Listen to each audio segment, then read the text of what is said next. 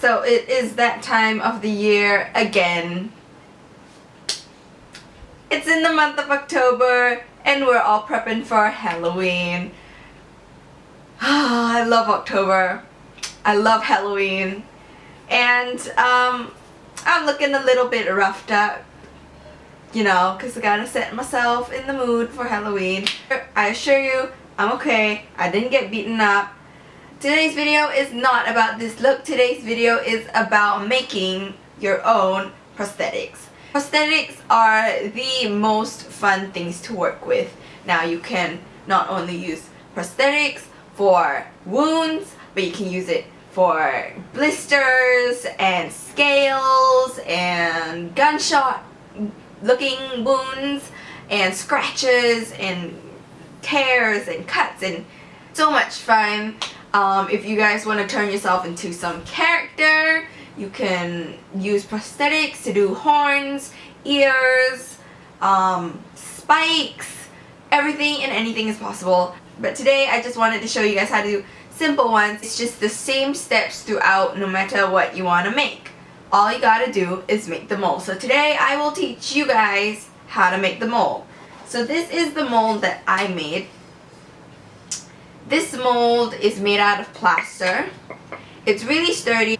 So here I've got like a gash, and I've got a gunshot wound, and I've got some scales here. But you can obviously use this as like blisters or boils.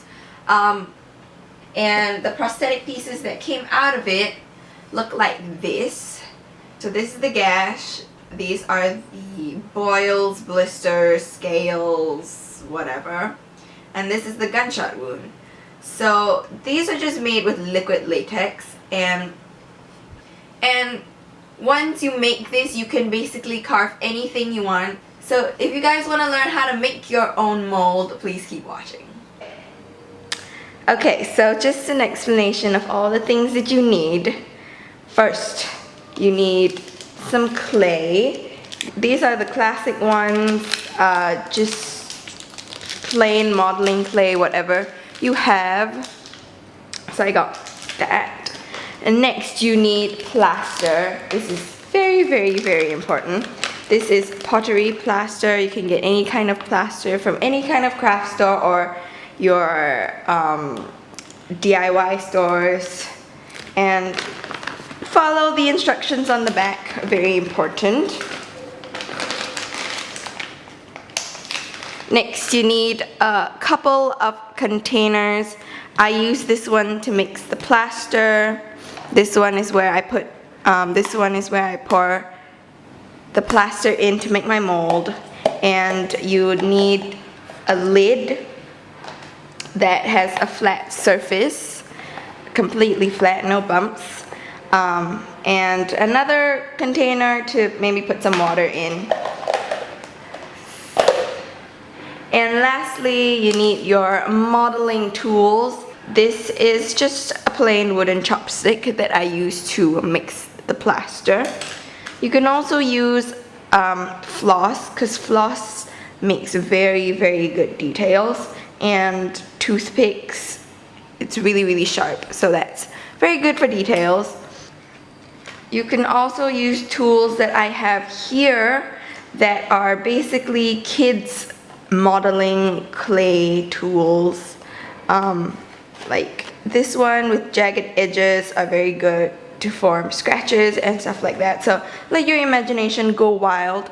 Or you can use dentistry tools like I have here, which are metal and are very good for scraping.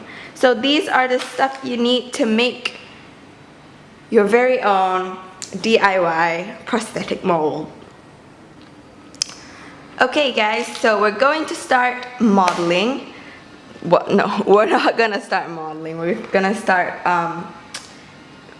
carving our pieces.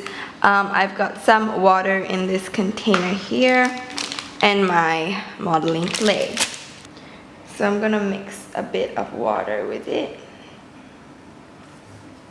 so that it becomes more malleable. And actually, doing this with shorter nails is a lot easier So what I plan to carve a mold today, or make today, is I guess 3 gashes, so, or 4 maybe. So say if like someone were to scratch you or rake you, that's how it should look. So I'm just going to flatten the clay, flatten it out, and just put it on the lid.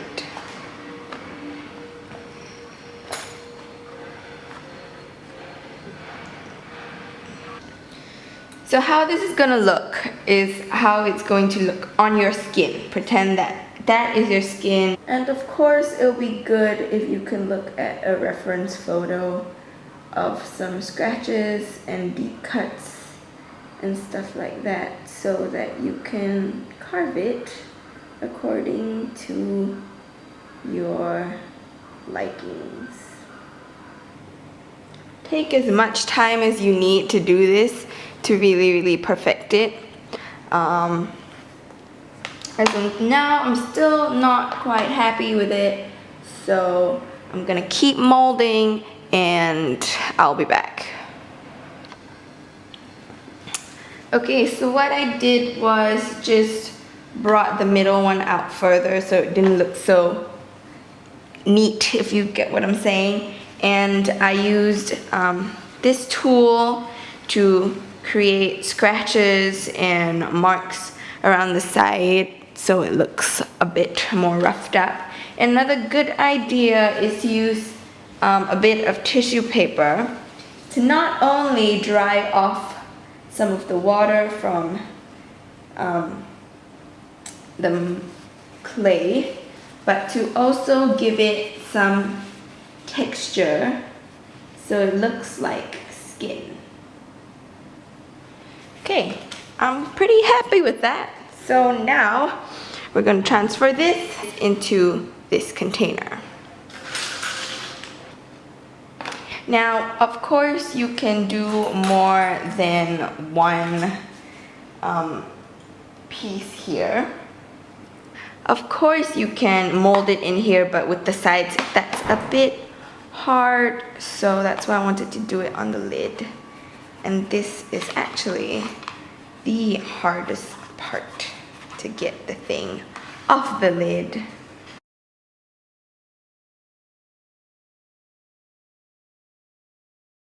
And now we can lay it in.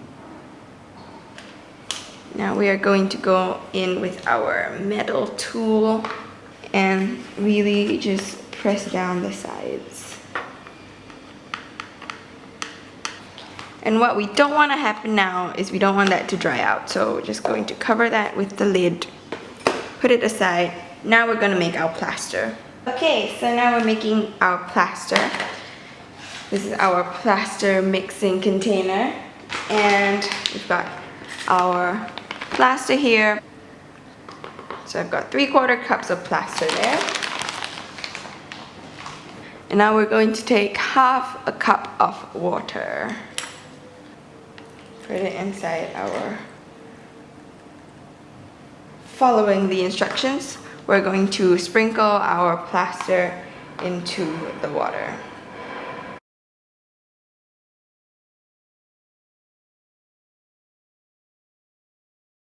Okay, and now we're gonna start stirring it. So, stir for about 30 seconds.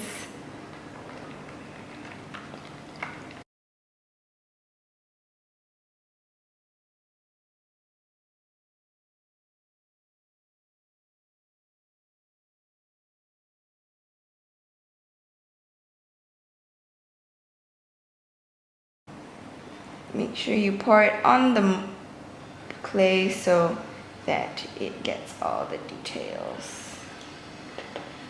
And start tapping.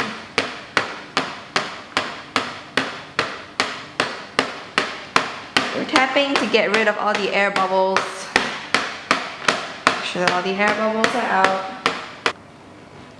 And now we're just going to leave the mixture to sit. Okay, so I've left this for a couple of hours. I can't remember how long ago it was, but that's okay.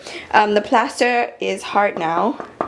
It feels a little bit damp, but you can pull it out now, so we will loosen it by moving the container, jig a little bit, and it's out. So this is the clay, and we're just gonna flip it over. Now the plaster isn't thoroughly dried yet, but we can already start removing the clay. I've got my metal spatula here, and we can start to peel it out, and you can see your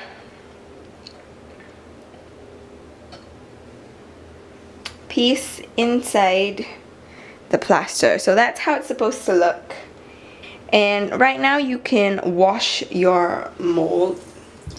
So we're going to just put water and just wash it a bit. Just want to get rid of some of the clay that is still stuck. Okay, so now we're going to pour our latex in the mold. Here I've got liquid latex from Grimus. So I'm gonna just pour that in, and what you want to do is have a Q-tip and kind of thin out the edges.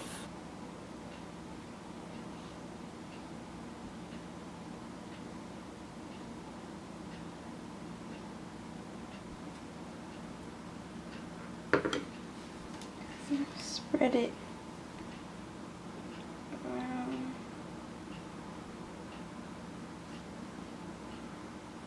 So yeah, now we're just going to let it dry. Now once your latex has set for as long as you want it to, you can set it overnight. You have to remove it. And what you need is a powder brush and some powder. You can use baby powder or whatever. Dip your brush into the powder and powder your latex pieces, because you don't want them to stick together when you remove it. So just powder them very, very generously. So just slowly peel your pieces out. As you can see, my nails are really, really long. And as you peel your pieces, powder it like that, because you want to keep the details and you don't want the pieces to stick together. So keep powdering and powdering, and you have your piece. So that's pretty simple, isn't it? So making your own prosthetics is not that hard. You just gotta have a little bit of skill in trying to mold your clay. And after having your pieces, you can make as many pieces as you want with the molds that you have. Keep them up, use it for Halloween, keep it for next year, use it for next year's Halloween. And of course, if your pieces don't come out nicely, don't worry. A good paint job can always save a bad prosthetic. So I hope you guys enjoyed this video. And I know that I'm putting this video out pretty late because Halloween is approaching really quickly. That's about it. I'll see you guys in the next video. Bye!